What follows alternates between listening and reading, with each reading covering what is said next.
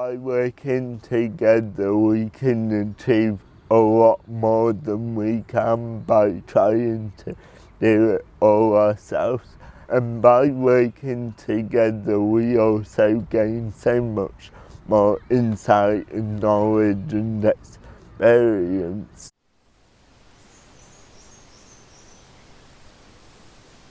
Andy Green was born with cerebral palsy.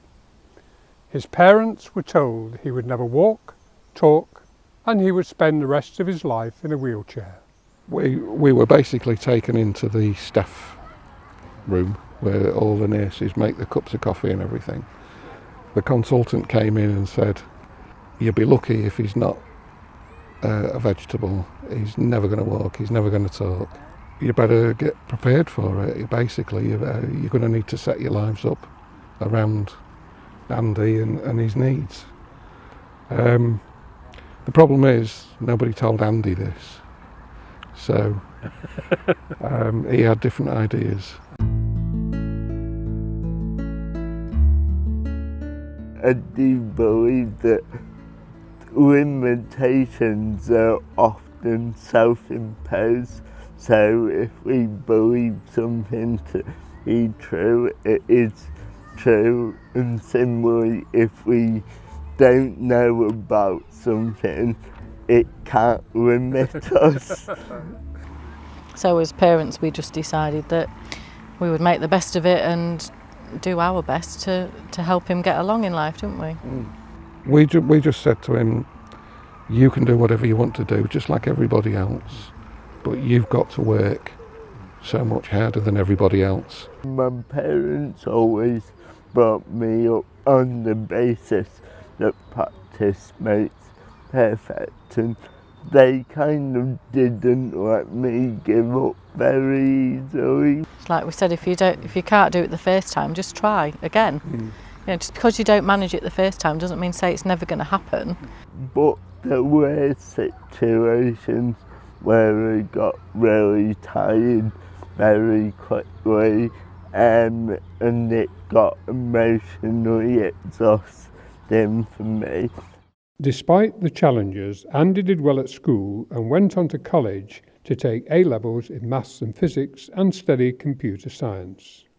As part of the computing course, everyone was required to find a real-life client to develop some bespoke software for.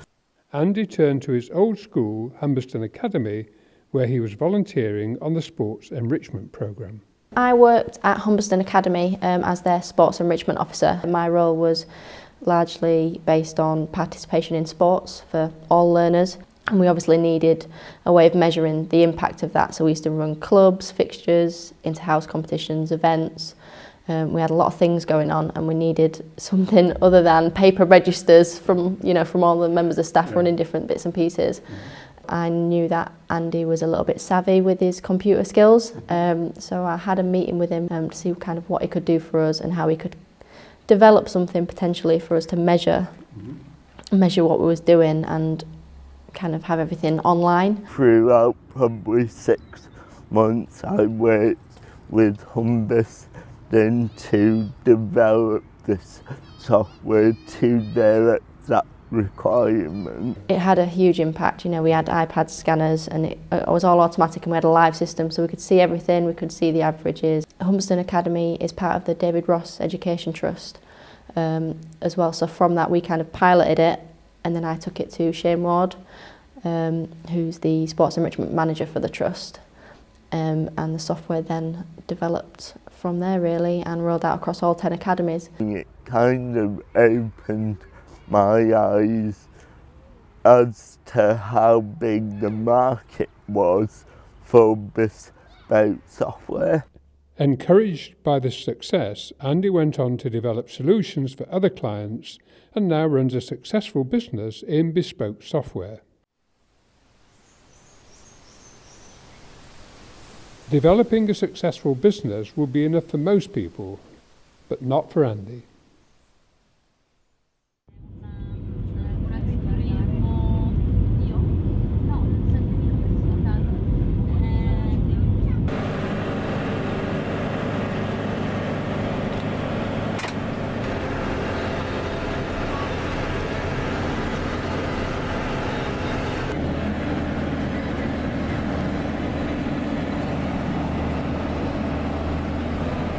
On a family holiday to Cape Verde's Sol Island, Andy and his family were touched by the contrast between the wealth of the tourist resorts and the poverty of the native people. We went there just because it was an alternative destination. Because we'd never been there before, we took an excursion which was a tour of the island. And as part of that tour, for a brief moment, we drove through their equivalent of a shanty town. He saw the way they live out there, the way that he became aware of the situation they were in. The children want an education and they're trying so hard to be educated, but they don't have the facilities. The scenes we saw were pretty shocking. When we got back to the hotel, I started asking questions, and it turned out that Sol Island does struggle, both financially and in terms of education. And they'd actually set up a school where tourists could go and donate pens and pencils and paper and things. Many of us have felt compassion for people in third world countries and perhaps made a donation, but that wasn't enough for Andy and his family. Once I was back in the UK, I started to think, actually, what does a pen or pencil or piece of paper solve? Someone could have all the paper in the world, but if they don't know what to write on the paper, it's no good to them.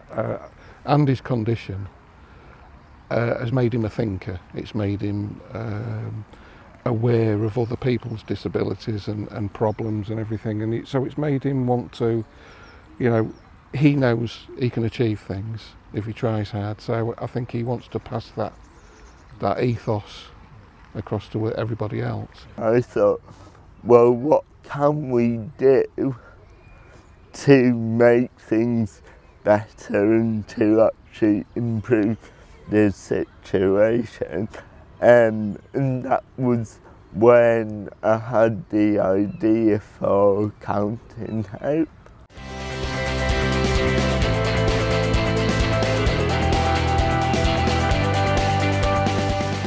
The idea was to actually focus on the education system as a way to give the people the knowledge and the skills so that they can help themselves to improve rather than relying on handouts and donations which actually don't help.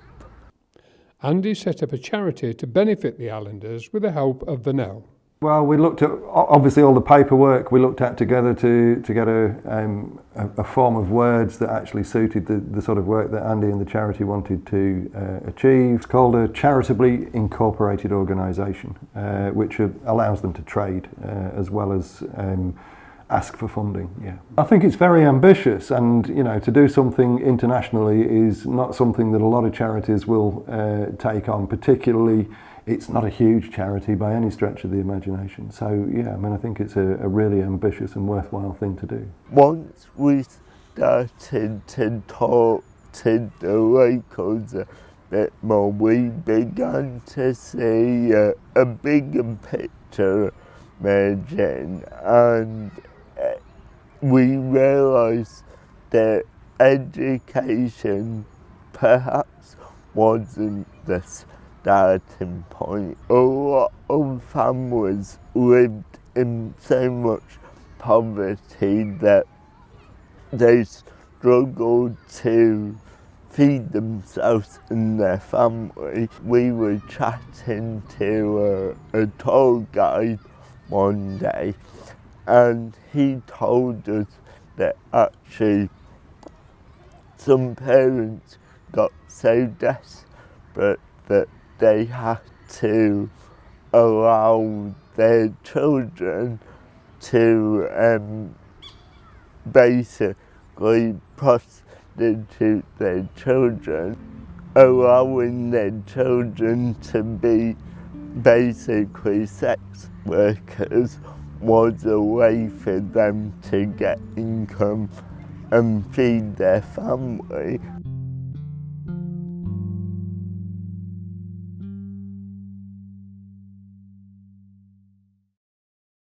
They've got a different way of living, they have a different outlook on life. They're so happy, they're so pleased to see you, they'll do anything for you, and they'll give you anything, even when they don't have anything. And they never ever ask for help. When we say charity to them, they don't, it's not a word in their vocabulary, they don't actually, you say charity. One of the reasons Counting Hope exists because we don't want them to rely on tourism, let alone handouts and generosity. One of the guiding principles of Counting Hope was to provide hope that encouraged sustainability and self-dependence. We've recently funded the build of a kitchen at a kindergarten, which will, one, create opportunities for people to cook in there, but it will also ensure that the children do get at least one good meal per day so that they can continue learning. 3, 4, 5, 6, 7, 8, 9, 10.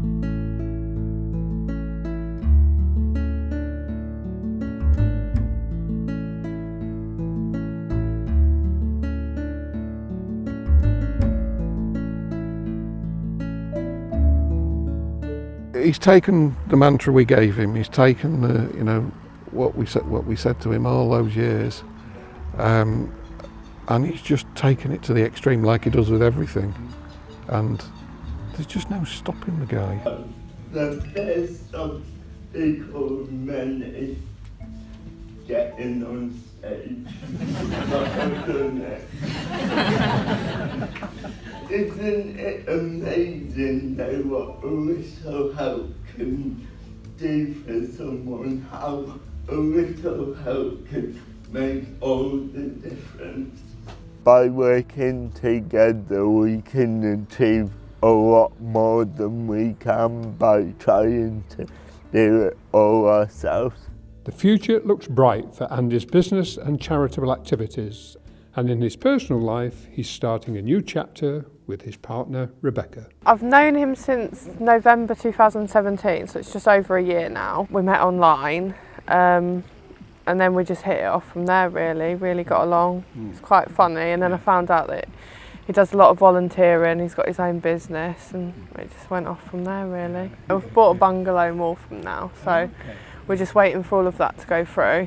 We was quite lucky, we found one pretty much straight away, but at the beginning we thought it was going to be really hard. It's finding something as close as possible and then adapting it as well. So then once the house has gone through, we've then got to get people in to adapt it to his needs.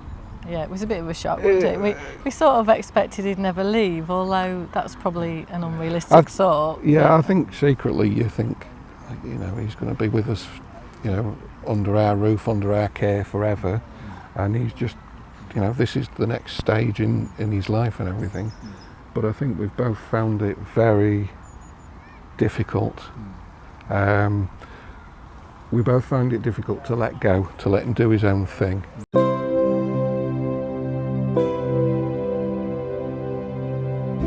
It's something that I've always had as a goal to live with the person I love, to settle down, to have a family one day. And the things that I do in life are mostly to benefit other people, and that includes the people I care about.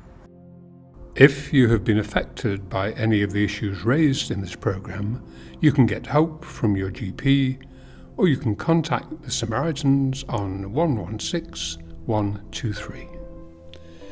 If you have an idea for a project that can help your local community, call the Ignite team at Voluntary Action North East Lincolnshire on 01472 231 123.